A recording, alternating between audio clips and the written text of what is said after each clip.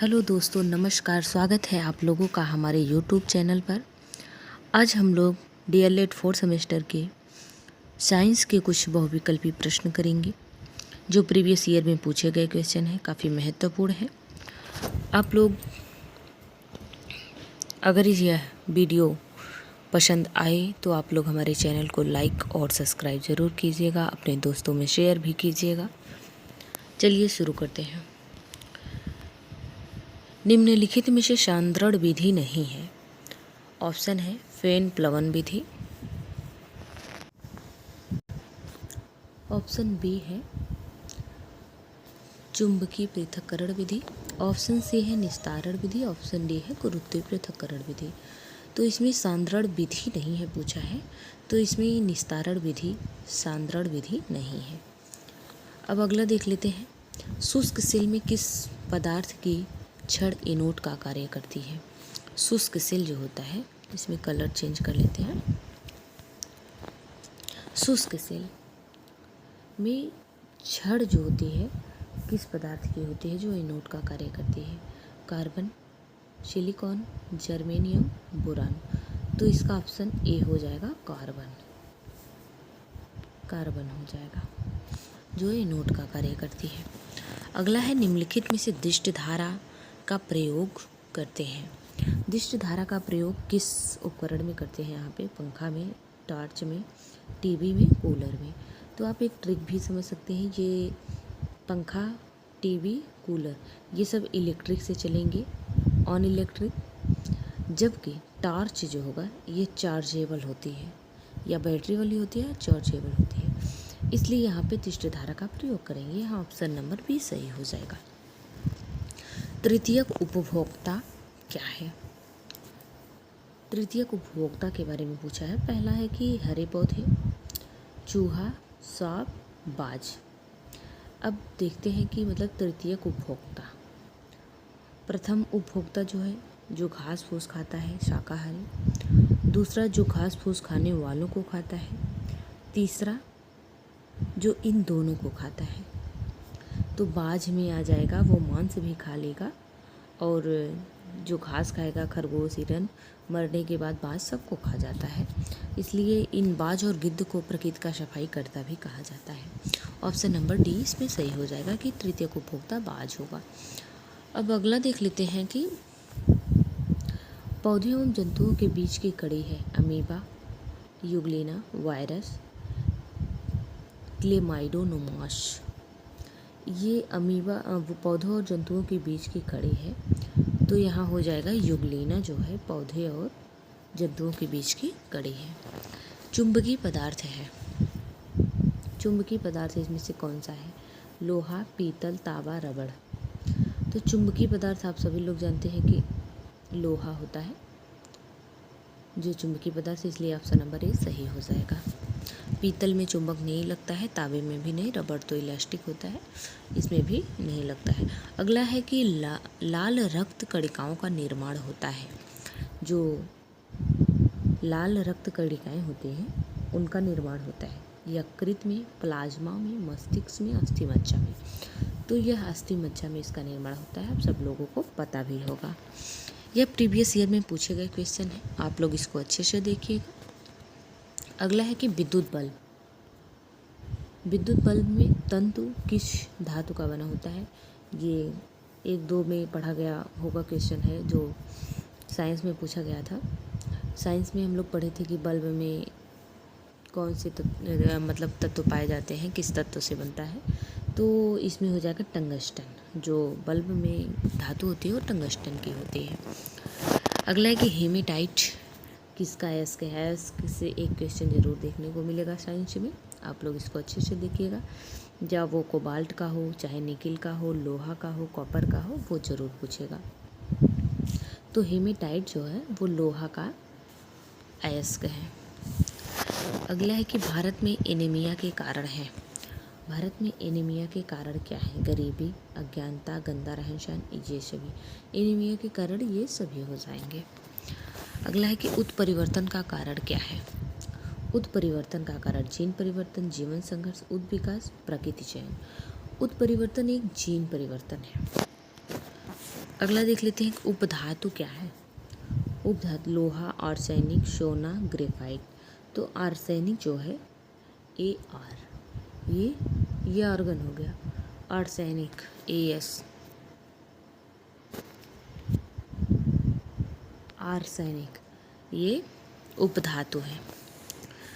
अगला देख लेते हैं कि उपार्जित लक्षणों के वंशागति का सिद्धांत संबंधित है। वंशागति का सिद्धांत किससे संबंधित है? Darwin, Jean Baptiste Lamarck, Hugo de brace, इनमें से कोई नहीं, तो इसका लेमार्कवाद हो जाएंगे।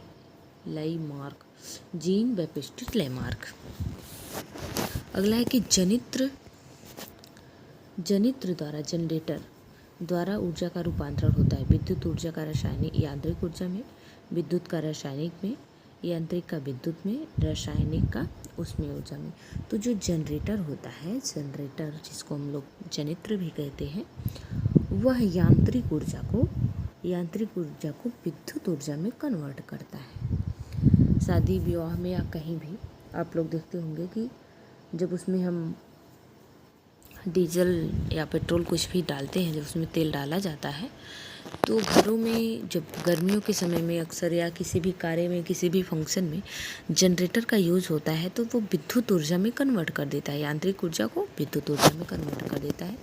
ऑप्शन नंबर सी सही हो। सीने बार जो है, सीने बार किसका अयस्क है? सीने बार किसका अयस्क है?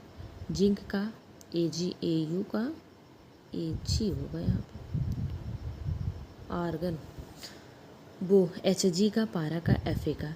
तो जिंक बार जो है वो पारा का है अयस्क। अगला है निम्नलिखित में से विषाणु जनित रोग नहीं है। निम्नलिखित में से विषाणु जनित रोग क्या नहीं है? पोलियो, कोरोना, एड्स, हैजा। तो इसमें हैजा जो है वो बैक्टीरिया से होता है। अगला है निम्नलिखित में से प्राथमिक सेल नहीं है। प्राथमिक सेल कौन सा नहीं है? लेक्लांसे सेल, डेनियल सेल, वोल्टियस सेल, सीसा संचायक सेल। सीसा संचायक सेल जो है वो प्राथमिक सेल नहीं है। ऑप्शन नंबर डी सही हो जाएगा। अगला है कि रक्त को निम्नलिखित में से किस तापक्रम पर कांच या प्लास्टिक की वायुरुद्ध, रक्त को निम्नलिखित में से किस तापक्रम पर कांच या प्लास्टिक की वायुरुद्ध किया जा सकता है, तो उसका तापमान क्या होगा? 4 डिग्री सेल्सियस, 5.4 डिग्री सेल्सियस, 5 से 4, 3 से 5 डिग्री सेल्सियस, 5 से 3 डिग्री सेल्सियस में 4 degree Celsius. Option number A सही हो जाएगा। अगला देख लेते हैं कि ऊर्जा का मात्रक क्या होता है। ऊर्जा का मात्रक एम्पियर, न्यूटन, जूल, सभी। तो एम्पियर नहीं होगा, न्यूटन बल का मात्रक होता है। यहाँ पे जूल का मात्रक जो हो वह ऊर्जा का मात्रक ही जूल होगा। कार्य का सही सूत्र क्या है? कार्य, आप सभी लोगों ने इसको बहुत अच्छे से पढ़ा होगा। कार्य का सही सूत्र, कार्य बराबर बल गुणे विस्थापन, ऊर्जा विस्थापन, बल गुणे ऊर्जा, ये सभी। तो कार्य का जो सूत्र होता है बल गुणे विस्थापन होता है, F/D, W=F/D होगा, बल गुणे विस्थापन। इसलिए ऑप्शन नंबर ए सही हो जाएगा। किसी वस्तु के कार्य करने की क्षमता को क्या कहते हैं? वस्तु के कार्य करने की क्षमता को ऊर्जा कहते हैं। यह सीधी परिभाषा पूछा गया है। ऑप्शन नंबर बी सही हो जाएगा। एकांक आवेश या समय किसका सूत्र है? एकांक आवेश या समय, यहाँ विद्युत धारा का, स्थितिज ऊर्जा का, संवेग का, बल का। तो एकांक आवेश या समय, जो एकांक आवेश बटा समय किसका सूत्र है? ये विद्युत धारा का सूत्र है। आवेश, विद्युत धारा बराबर वो Q/T, ये होता है। अगला है निम्नलिखित में से कौन सा वसा में घुलनशील विटामिन है?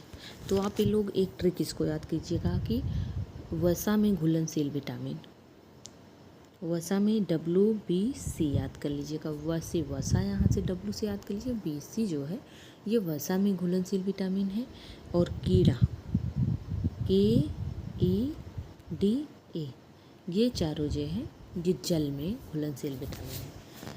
अच्छे से याद कर लीजिएगा। WBC अगर कहा जाए तो वसा, W से वसा कर लीजिएगा, और BC जो है, B और C विटामिन जो है वो वसा में घुलनशील है। कीड़ा याद करेंगे तो कीड़ा से वाटर में डिज़ोल्व विटामिन आ जाएंगे। तो इसमें पूछा है कि वसा में घुलनशील विटामिन है, तो इसमें ऑप्शन नंबर गलत दिया है। निम्नलिखित में से वसा में घुलनशील विटामिन, तो WBC।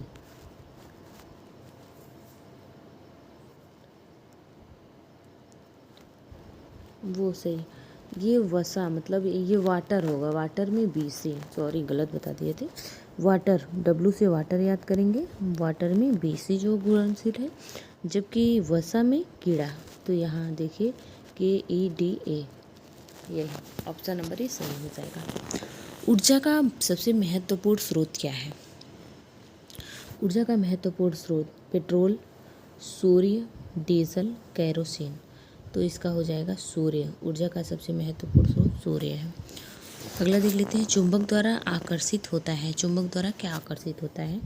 लकड़ी का बुरादा, कांच का बुरादा, लोहे का बुरादा, ये सभी। तो इसमें लोहे का बुरादा, ऑप्शन नंबर C सही हो जाएगा। मिश्र धातु है पीतल, तांबा, जस्ता, टिन, तो मिश्र धातु इसमें पीतल होगा, ऑप्शन नंबर E सही हो जाएगा। अगला है कि डार्विनवाद संबंधित है। डार्विनवाद जो है उपार्जित लक्षणों की वंशागति, अंगों के उपयोग या अनुप्रयोग, जीवों के आकार में वृद्धि की प्रवृत्ति, योग्यतम की उत्तरजीविता, इसमें योग्यतम की उत्तरजीविता से संबंधित है। अगला है कि रक्त के थक्के बनने की प्रक्रिया धीमी हो जाती है। थैलीसीमिया में, एनीमिया में, हीमोफीलिया में, ये सभी। तो हीमोफीलिया में जो है रक्त बनने की क्षमता जो है धीमी हो जाती है। एलिसा परीक्षण किसके लिए करते हैं हम? क्षय रोग के लिए, डेंगू के लिए, टीबी के लिए, एड्स के लिए। तो एलिसा परीक्षण होगा, एलिसा परीक्षण हम एड्स के लिए करते हैं। ये रहे महत्वपूर्ण बहुविकल्पी प्रश्न जो 4th सेमेस्टर में पूछे गए हैं प्रीवियस ईयर में। आप लोग इसको मिला भी लीजिएगा, और यदि हमारे चैनल पे आप सभी लोग नए हैं तो हमारे चैनल को सब्सक्राइब ज़रूर कीजिएगा। इससे संबंधित वीडियो पाने के लिए कमेंट बॉक्स में ज़रूर बताइएगा कि अगला टॉपिक किस पर बताया जाए। बहुत बहुत धन्यवाद आप सभी लोगों को। चैनल को सब्सक्राइब ज़रूर कीजिए।